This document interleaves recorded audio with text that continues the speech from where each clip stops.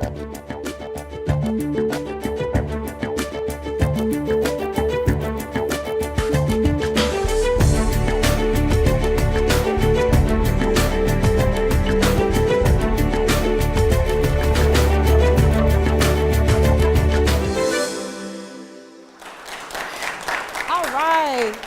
morning, everybody. Y'all all up bright-eyed and bushy-tailed on this dreary yet warm, breezy fall Saturday morning in Houston. And so, but I'm extremely excited to see, number one, that we're at this point with complete communities. As you guys know, this is one of Mayor Turner's signature initiatives, and I appreciate your participation, not only in being here today, but also in being in my session. We realized very early on the Department of Neighborhoods is a core service department, and so I'm hoping that this presentation will enlighten you. A lot of the information you may already know, but hopefully from this we'll be able to enlighten you on some other things that you may not know, so you can take it back into your communities and we can figure out how we as a department can be better partners with all of you in the community. So without further ado, let's get started. So as you'll notice here on this very colorful screen, the Department of Neighborhoods, we have been tagged the People's Department, and we're working to uphold super standards of service, unity, professionalism, excellence, and responsiveness. This is, of course, our vision statement for the department. The People's Department actually is a moniker that came from a very good friend of mine who was telling me about, my goodness, I didn't realize you guys did so much in the community. You guys are doing code enforcement, y'all work with neighborhoods, you guys are dealing with our international refugee community. She started going down all this stuff and she said, good Lord, y'all are just constantly with the people. Y'all the People's Department. And I said, you know what? That's actually correct. I'm gonna use that. I'm gonna give you credit. Her name is Erica. So I told her we're gonna go ahead and use that because I think it perfectly sums up what the Department of Neighborhoods does. So as we look at the mission of the Department of Neighborhoods is dedicated to improving the quality of life in Houston neighborhoods through the delivery of services, innovative programs, and strong community partnerships. The department combines the operations of 4 divisions, serving as a centralized resource for the resolution of neighborhood concerns, citizen access to city services, information, and referrals. When we look at the work of the Department of Neighborhoods, as I mentioned before, there are 4 divisions within the Department of Neighborhoods. The first is our Inspections and Public Services Division that deals with residential code enforcement for public health and safety. The Mayor's Citizens Assistance Office Division, which is our liaisons who are set out throughout the entire city to connect with you and help you solve problems in your community. The Mayor's Anti-Gang Office, which is our youth and family services arm that deals with our kids, juvenile delinquency, and keeping them out of gangs and off the streets. And then the Office of New Americans and International Communities. That division deals with liaising between our immigrant and refugee community to not only get them acclimated to the United States, but also to get them acclimated into the city of Houston, which, as we know, is the most diverse city in the United States. So let's start off with the first division of the Department of Neighborhoods. That would be the Inspections and Public Services Division. These are just a couple of pictures of some of our code enforcement officers in the community actually speaking with our neighbors and, of course, advising and educating them on common violations.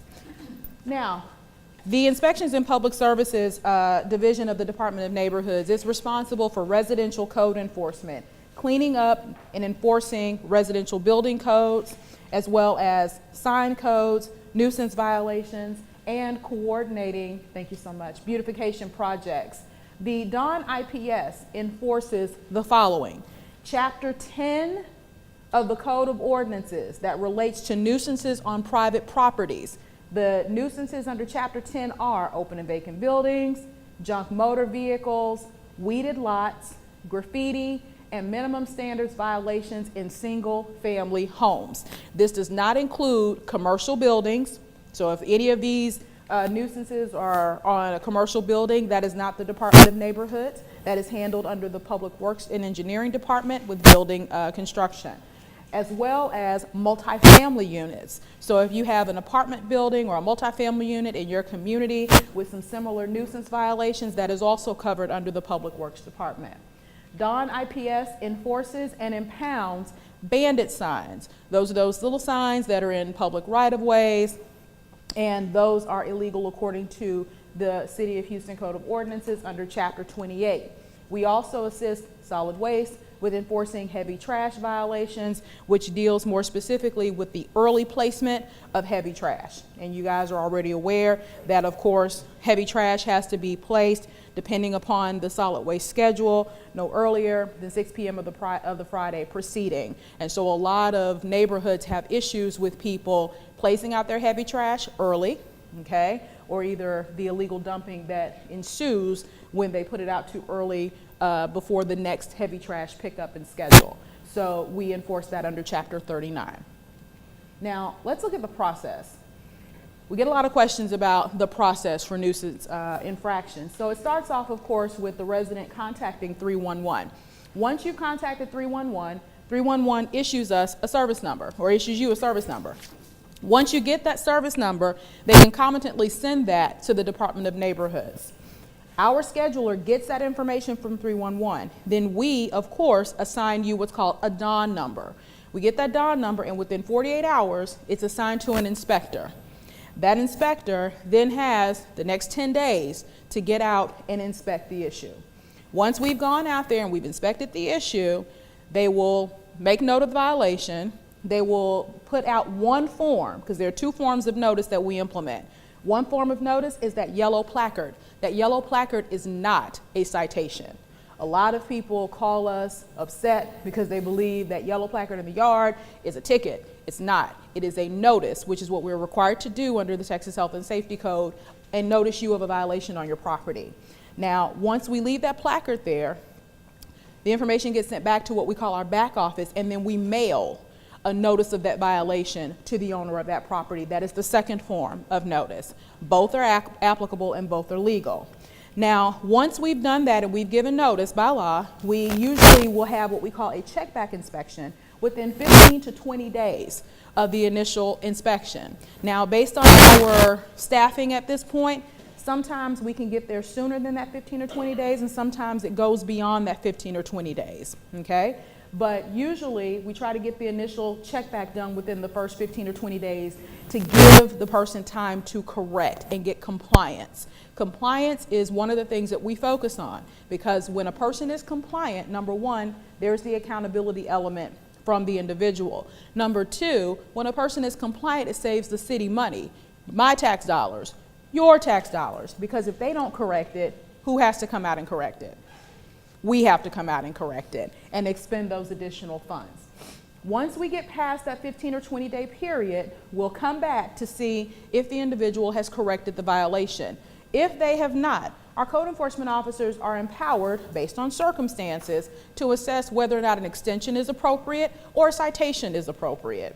Sometimes they'll write the citation then, depending on the circumstances, or grant an extension. If they grant an extension, usually they'll schedule what's called a second check back.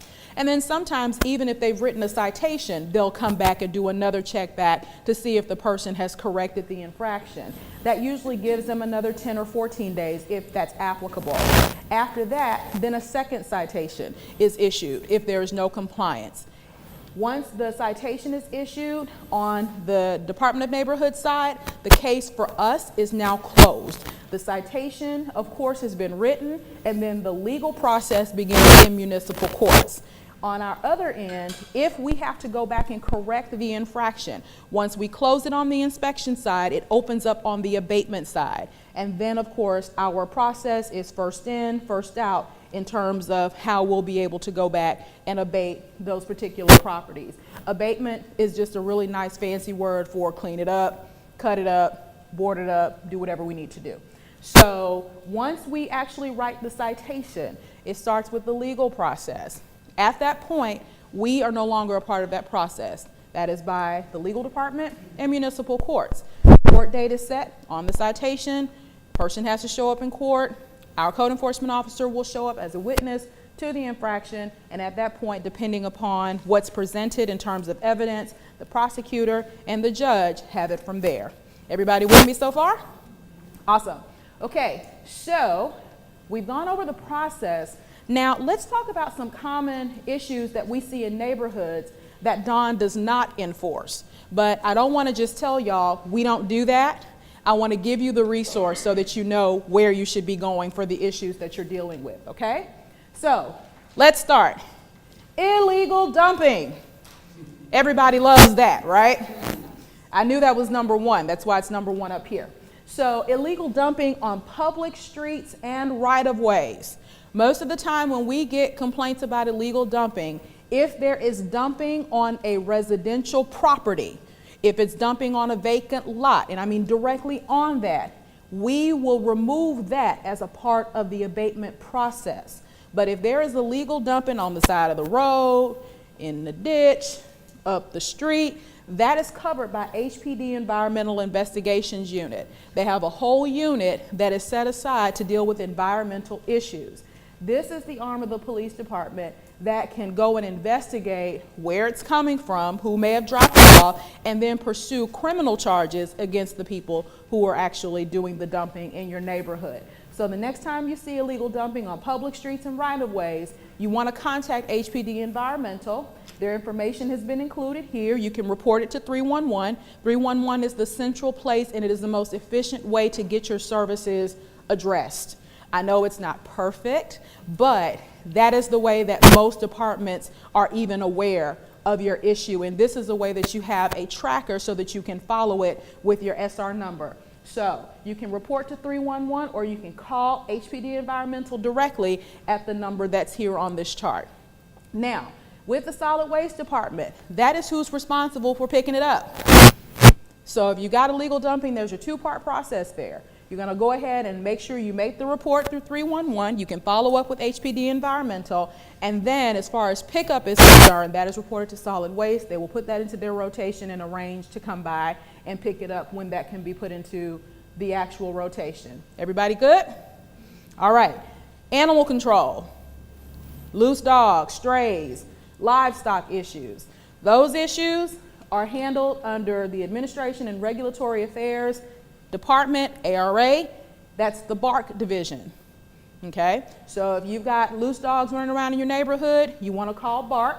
The number, of course, you can make a report to 311. And I keep saying that over and over again because it's very important. Report it to 311, get your service number, and then of course you can follow up with a service number with the appropriate department. Okay, dead animal pickup. We have some neighborhoods in our city where there's, kind of rural and urban. I know Sunnyside is one, Acres Homes is another one. People still have, some parts of Southwest Houston, people still have fowl and horses and cows and all that other kind of stuff. Well, the management, of course, for that also is under BARC. That's why I included that as livestock. But dead animal pickup, solid waste department. Okay? Large trucks parking in your neighborhoods. That is handled again by the ARA Parking Management Division. Okay, so of course we're doing what first? Report to 311. We're going to get what? Get service number, and then we can follow up with the appropriate department if you need more information once you follow up with 311. Parking in the yard. Parking in the yard is a ordinance that was introduced under Chapter 28 I think it was maybe 2 or 3 years ago. And of course, I'm not going to go through that entire process, but as you all know, there's a process for registering for that in your neighborhood. Once you're registered in that neighborhood and it's already been ordained by City Council, this is enforced by HPD with our DRT officers. So DRT stands for Differential Response Team. They work hand in hand with our department to make sure that the quality of life is ensured in our neighborhoods. So I guess the easy way of thinking about our DRT officers, these are your neighborhood police officers. And that's who would enforce the parking in the yard ordinance if that's applicable to your community. Now, you report, of course, to 311, but in this case, you can actually directly call the divisional DRT unit or storefront that's in your assigned area. And I included the link so that you can pull up the substation so you'll know which one is in your area and can call them directly. Okay, residential building permitting and permitting issues is handled through the Public Works and Engineering Permitting Division. Okay, the number for that is 832-394-9000. So if you're having issues with maybe someone building in your neighborhood, I don't think they have a permit, that's where you want to direct those questions so that you can get that information. HOA and deed restrictions are through City of Houston Legal. There is an entire division set up to help with HOA issues and deed restriction issues, and the number for that division is present here as well. Noise violations, HPD. That's who enforces noise violations. And you don't want to call 911 for that. 911 is strictly for emergencies. Now, don't get me wrong, I live near a railroad track. Depending on how loud they want to be on a certain night, it feels emergent in my mind. But as far as HPD is concerned, it's not. It's on a lower priority. So let's not do 911 for that. Let's make sure that we call the police non-emergency number, or you could reach out to your substation again in whatever respective area you're in. We talked about loose dogs. I put it on here twice because I figured, we wanted to go back and cover that again. So that would be bark. Illegal car dealerships. There are some communities that actually have illegal car dealerships or illegal businesses that are actually set up in their residential space. So if you're having an issue with that, then you definitely want to call HPD Auto Detail. They'll come out there and they'll check with the business, make sure they have the proper permits, local and state, that will take care of that issue. Pool safety violations. Some neighborhoods, you've got neighbors with a pool they don't keep up. That obviously is a health and safety hazard. That is handled through the health department, okay? So they have inspectors that will come out and make those assessments, Health and Human Services Department, and this is the number. And then, of course, open storage of tires, Solid Waste Department. There's an entire division dedicated to the open storage of tires, which, of course, tires can hold water, breed mosquitoes, cause diseases. That's how you will handle those issues. Anyone have any questions so far? Okay, great. So we talked about 311. This is how we're reporting neighborhood issues. You can either dial 311 or you can dial 713-837-0311. Or you can email 311. Or you can download the app. I use it all the time.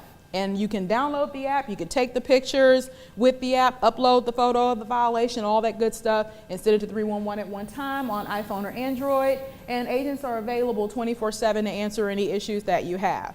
And of course, this is the website. So if you need to check out more about 311, visit this website.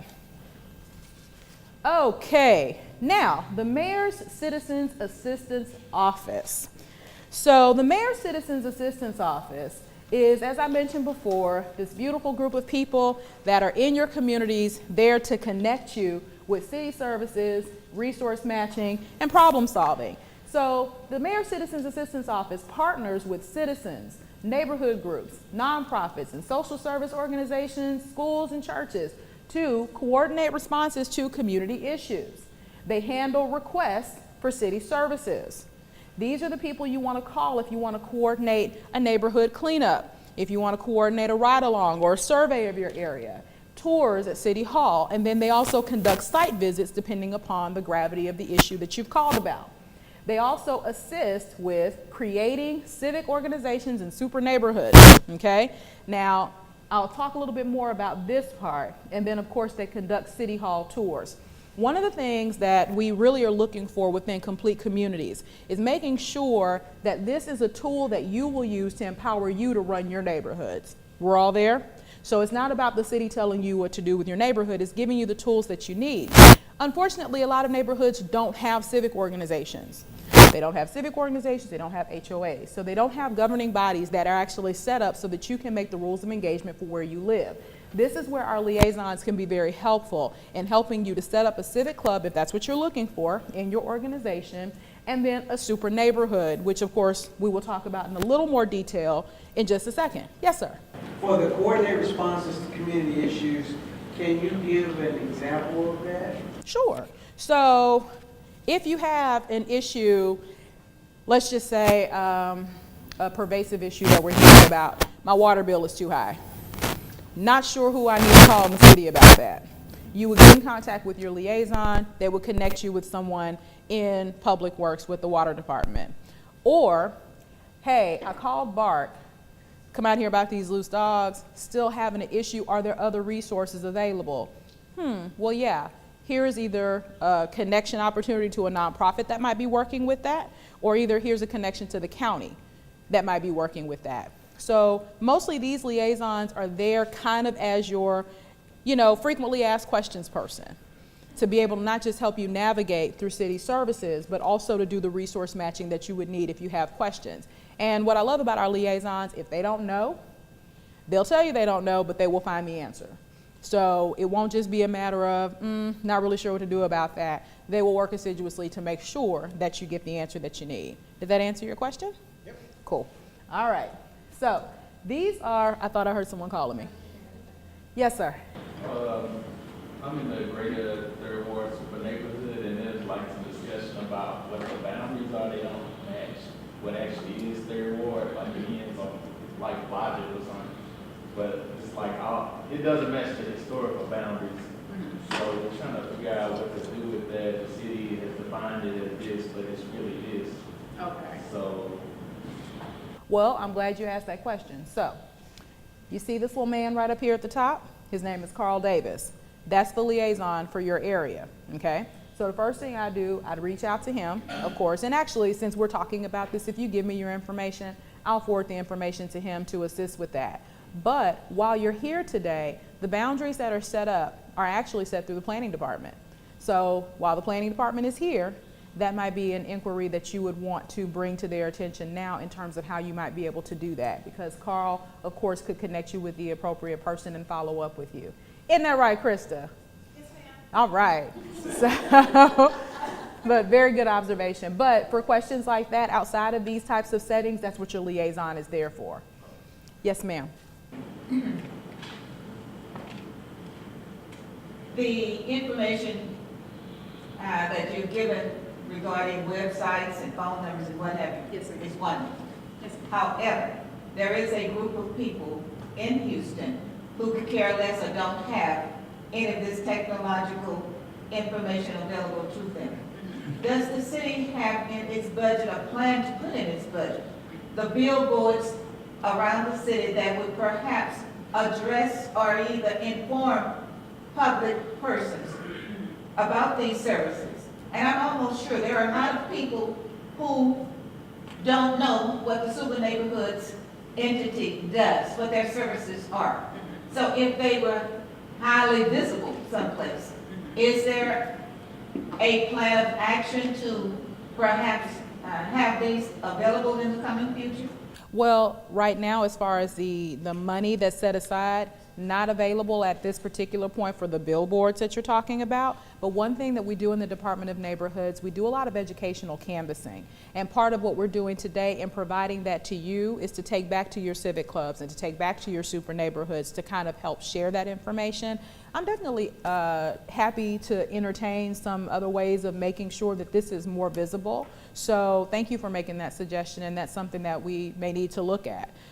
We talked very much in our department about grabbing 2 additional groups that are not really present in the conversation around neighborhoods, and those are our seniors, which of course will not have the, the technological capability, and then of course our Gen Xers and millennials. And so we're trying to look at different ways to really engage more of those 2 groups and making sure that they're getting the information. So we're looking at robocalls, we're looking at more educational canvassing in those areas, which actually this group is also responsible for coordinating as well. So if there are some particular needs in your community, I'm happy to take that back, and that might be something that we can look at for the future. Does that sound good? Yes. Okay, sounds wonderful. All right, so what I'd like to do is, because this is being recorded, I want to get through the rest of, I want to get through the rest of the presentation and then catch questions at the end. Would that be okay? And I see my first question once I'm done is right here. That all right? Okay, all right. So these are your community liaisons. And of course, this is the part of the website that deals with how to create a civic club. And I believe that this presentation will be made available for you all beyond today so that you can have the information. And of course, we also host a civic club directory. And that's a directory of all the civic clubs in the city of Houston. It's online, public information, and it's there. If you have not had your civic club registered through this particular directory, There at this website is the registration form, because there is a registration process so that we can add that to the list and have it there, okay? All righty, so we talked about super neighborhoods. Now, a super neighborhood is different from your Civic Club or HOA. The super neighborhood is an initiative that came about under Mayor Brown, and it's based on neighborhood-oriented government. It's an approach that gives communities more input into city government. So this is not a top-down approach. This is more of a down-up approach. It's not about the city telling you what's going on in your neighborhoods, much like Complete Communities. It's about you telling the city what the needs are and working from there. A super neighborhood is a geographical area that shares a common identity among community stakeholders. So your super neighborhood is not just your Civic Club and HOAs in that area. It also includes your tenant associations, if you have them, nonprofits that may serve in your particular area, umbrella organizations like schools, churches, businesses, community development corporations. Those are the stakeholders that you want to bring around the table when it comes down to your super neighborhood. Currently in Houston, we've got 88 super neighborhood areas. Those boundaries are major physical features, so usually those boundaries are set up through bayous or freeways. And then, of course, a super neighborhood council may be formed in each one of those areas. Now, the organizational framework of a super neighborhood is, of course, you look around in your particular geographical area and you identify active and participating stakeholders that have shown an interest in being in the super neighborhood. And if you already have a current super neighborhood, which I think all of you are probably members of a current super neighborhood, that doesn't mean that you can't look for additional stakeholders to add and make it a much more robust discussion and resource operation for your neighborhood. Once you've identified those stakeholders, then each stakeholder will nominate a delegate, and that person will represent that respective organization. So if you are in your neighborhood, let's say you've got 5 civic clubs that are interested, you've got 3 HOAs that are interested, and then you've got the elementary school down the street that's interested, the neighborhood high school, and then there's a community development corporation that does a lot of service in your area. These are all your interested stakeholders. Oh, and there are 3 churches in your area. Those can all be members of your super neighborhood as stakeholders. Once you've identified them, each one of those organizations should have a delegate. And that person is going to be the representation of that group with your super neighborhood council. Then, of course, you will elect officers. You'll address fundamental issues on conducting business and making decisions. I think there is actually a session today talking about conducting business within your organization. So once you, as a super neighborhood, figure out what your bylaws are, figure out how y'all going to conduct business and what you're going to do, then, of course, you're ready to go. Now, with super neighborhoods, there are no membership fees. There are no any attendant costs with joining. There can't be a prohibition or exclusion of individuals based on their race, their creed, color, religion, gender, sexual orientation, or national origin, okay? And of course, once you put all of your fundamental issues together, you've got your bylaws, you've got your rules of engagement, then the next step is that the mayor will recognize the super neighborhoods before city council. And of course, this is after you've got your stakeholders, your organizational framework, and your bylaws. And then you'll be a recognized super neighborhood to operate within the super neighborhood framework and network. Okay, so the Super Neighborhood Alliance is a grassroots organization comprised of the presidents and chairs of each one of your super neighborhood councils. So whoever your super neighborhood president is your representative on the Super Neighborhood Alliance. And the alliance is, of course, the advisory board to the mayor and city government on community matters as a whole. So the alliance meets every second Monday of every month in the City Hall Annex on the ground floor. Those meetings are open in the alternate council chambers from 6:30 to 8:30. The Super Neighborhood Alliance also has elected officers that participate, and they bring issues that you all are bringing to the alliance through your delegate to the mayor, city council members on community issues that you guys want addressed. So now we've got the Mayor's Anti-Gang Division. As I mentioned before, Mayor's Anti-Gang Division is our youth and family services arm that deals with keeping kids out of gangs and off the street. So the Mayor's Anti-Gang Division develops and implements programs that provide case management services, counseling, gang education, and awareness training. We're in our schools, and we have several schools that we're participating with citywide. We also provide job readiness training, truancy reduction, information and referrals, and we also oversee the Mayor's Youth Council. Mayor's Youth Council, of course, is the body of youth with the mission of providing high school opportunities the opportunity to develop leadership and citizenship skills by learning civic engagement and working within their respective council districts with their council members, and also acknowledgement from Mayor Turner. Okay, the Office of New Americans and Immigrant Communities is our last division. So the Office of New Americans and Immigrant Communities brings together Houston's international community by promoting their well-being and connectedness. They facilitate, of course, the successful civic, economic, and cultural integration in Houston. Signature initiatives from this particular division include the United States Citizenship Forum. This forum will provide one-on-one citizenship application services with immigration attorneys. They also have, bless you, Citizenship Month. It's a series of exciting community-driven events and programs designed to bring about awareness of citizenship and also celebrating the many faces of our very diverse city. I Speak Houston. Have you been on the city's website and you see that most documents are translated into several languages? We facilitate that through I Speak Houston. And we also provide translation services outside of those brochures and paperwork at actual city events.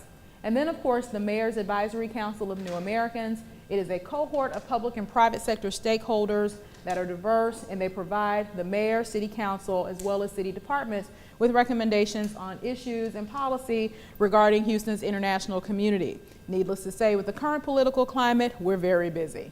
So that's the Office of New Americans and Immigrant Communities. Okay, so Don's signature programs. Right now we have 3 signature programs that I want to bring to your attention.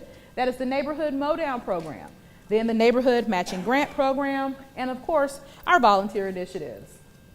So the Neighborhood Mowdown Program, of course, helps deal with the issue of vacant lots, overgrown and abandoned lots in Houston neighborhoods. So we do this in partnership right now with Keep Houston Beautiful, and it's a 501c3 that, of course, helps support the civic groups and nonprofit organizations in maintaining these vacant, overgrown lots in communities. So the way this works is, if you're an organization that is a 501c3 or 4, and you're interested in making just a nominal amount for your volunteer services, then you would sign up for a Mowdown program. Organizations are paid between $50 to $100 to maintain vacant lots in their communities. So we have identified eligible lots in different neighborhoods. If it's next to an elderly person, if it's near a school, daycare, or a school zone, if it's evidence of criminal activity on the property, or if it's next to an occupied resident. These are how we identify eligible lots for the Mowdown program. Our department will actually go through with the contractor. We'll do what's called the first cut. So that means we'll go out there, we'll cut it, we'll level it, and at that point, it'll be at a point where you as the neighborhood organization will maintain it. We'll have a rotation for the participating organizations. They'll have assignments every week, and it'll be your job to go out and maintain those lots. And we'll pay you $50 to $100 to do that. We're also providing the equipment. We're also providing the insurance that most groups don't have, so that, of course, we can take care of any liability issues. But that's how the Neighborhood Mowdown program works. The information on Mowdown is here at the bottom. You can either email us or call the number that's mentioned, 832-394-0678. This is a program where we're always taking programs and participating organizations all year long. So there's no deadline for you or an interested group, if you know about it, to apply.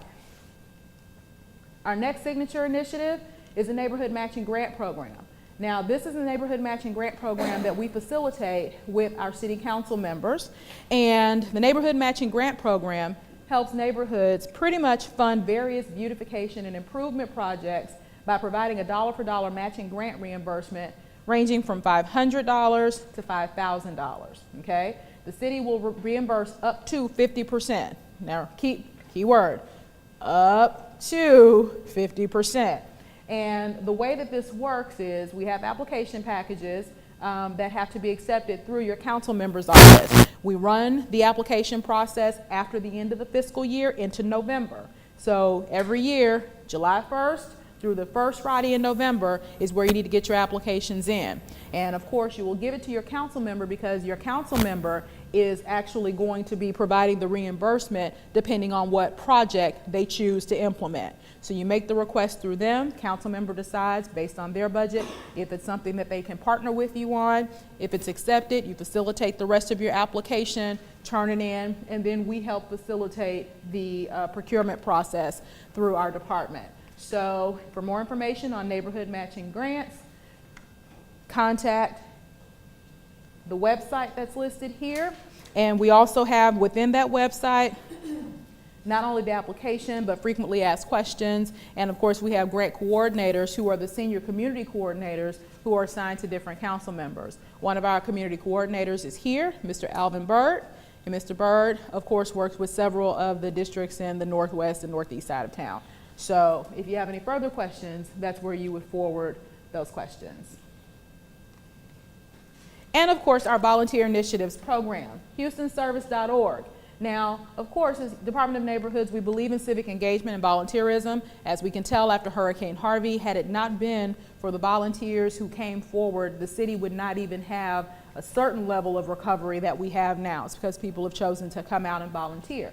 But of course, people do that all year long in the city of Houston, and our department facilitates that. So HoustonService.org was launched in 2004 to engage residents in volunteering and public service activity. HoustonService.org is a search tool for two reasons. Number one, if you're a citizen and you're looking for something to volunteer in, if there's a department that has an event you want to volunteer with, or you want to look and see what's going on in the city of Houston where I can volunteer, then you can use this search tool to find volunteer opportunities. Here's the great part. If you, and I'm sure y'all do, have volunteer opportunities, community cleanups, or canvassing, or different things that you want to do in your community or outside of your community, if it's just your church group or some other type of volunteer activity where you guys need volunteers, it is a free service where we'll allow you to register your group, post your event, and this way you can send people who are interested in volunteering to this particular website. We power this through an app we call Golden. It also allows you an opportunity to check in your volunteers. It also offers you an opportunity to monetize the hours if that's what you need as well, so that you have an idea of what kind of volunteer hours you're actually putting in. So keep that in mind. It's a free service tool. It's available there for your use. And if you need more information on it, you can contact Paul Green at the number and email that's actually posted here. And of course, we're down to the end of the presentation, and we want you to definitely keep in touch. Of course, this is the information on the main office. Of course, this is my office, and the main number for the Department of Neighborhoods, as well as the department email. And want you to visit us. Want you to follow us on Twitter, follow us on Facebook, follow us on Instagram. This is where we're posting not only what we're doing in our neighborhoods, but we post updates, meetings like today's. So we want you to stay engaged with what's going on with our department, because we are the people's department. We love you, we serve you, we are accountable to the services we provide. And with that, we are ending our presentation, and now I am open for questions starting here. Yes, Director Francis. Yes, sir. I am Randy Baxley. Hi, Mr. Baxley, how are you? We talked before. Yes. Her question that she had, Elise Coffee has some very nice little signs for the heavy trash pickup. Yes. And we can put those out in our yard, and that's fine. Then if we take them and put them outside our yard, they become bandit signs. How can we address that so that perhaps different super neighborhoods, different organizations could communicate with the neighborhood without becoming a bandit sign? Well, what you're looking at is changing an ordinance, and that's something that would have to be addressed through, of course, City Council. The bandit sign ordinance falls under the Public Works and Engineering Department, so that might be something that you want to suggest through your super neighborhood to the Public Works Department. But at this point, that's the ordinance, and that's what we have to enforce. I don't think it's a bad suggestion, but that's how we would have to go about addressing it. Yes. I have a couple of questions. Sure. The first one is, can we pull on Dawn to help mediate reconstruction of civic clubs? Because I know a lot of the civic clubs that are instated have been unchecked as far as power structure has been concerned. And so when you have representatives from the city come in, they notice immediately that everything has arrived, but when the representative leaves, everything is kind of the same. So is Dawn a resource for us to kind of pull to kind of get that power structure back in order, or will we have to outsource mediation through someone else? At this point, you would have to outsource mediating those issues. What we try to do within our department, and I know also working with the planning department and the Super Neighborhood Alliance, if there are usually issues within civic clubs or HOAs, those are internal body issues that have to be mediated within the body. So we can't come in and tell your organization, do this or do that. But I do think there is a need, and we've been made aware of some other needs where I'm not as concerned about the power structure because that's determined by the people who are there, you know, and that's how it should be. But I am concerned about maybe a role we can play possibly if we can't provide those services, just so that we can make sure we're avoiding the appearance of impropriety or bias, that we might be able to look at some other options on how we can provide that as a resource.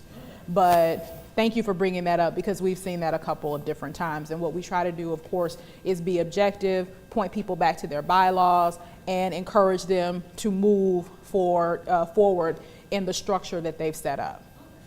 Sure. The other, and I'm gonna make these other questions really quick.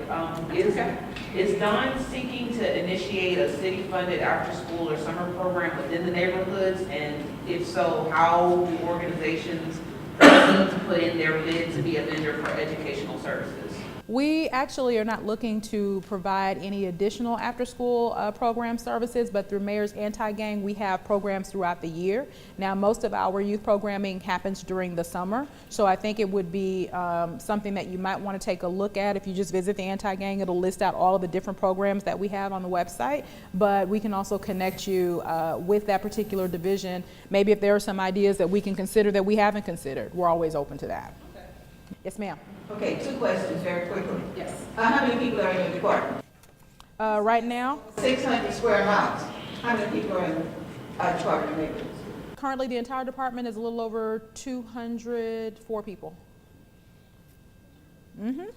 55 inspectors citywide, 624 square miles, over 2.6 million people. Okay, the second thing is that how does your department, or how much authority does your department have when it comes to enforcement of the buildings that are on certain sites? And my question is directed to, I imagine the 5th Ward and the 3rd Ward areas where we have these little lots, and all of a sudden you see 100 houses placed on this one little lot. And it has disturbed me to the point where I see this overbuilding with little quality of life, where I can spit on my neighbor because the properties are so small. So if we want to preserve the character of the neighborhoods with this special minimum lot size, how is that enforced when the persons who sign up to get the property and everything taken care of? Is there a department besides yours that handles that? I know it comes under planning. That is the planning department. It is? Yes, that is the planning department. Yes, ma'am. I have a question about the Go Down program. Yes. So when I was researching it, there are some restrictions on nonprofits that could participate. So are those restrictions still there? Because on the slide, they were not displayed.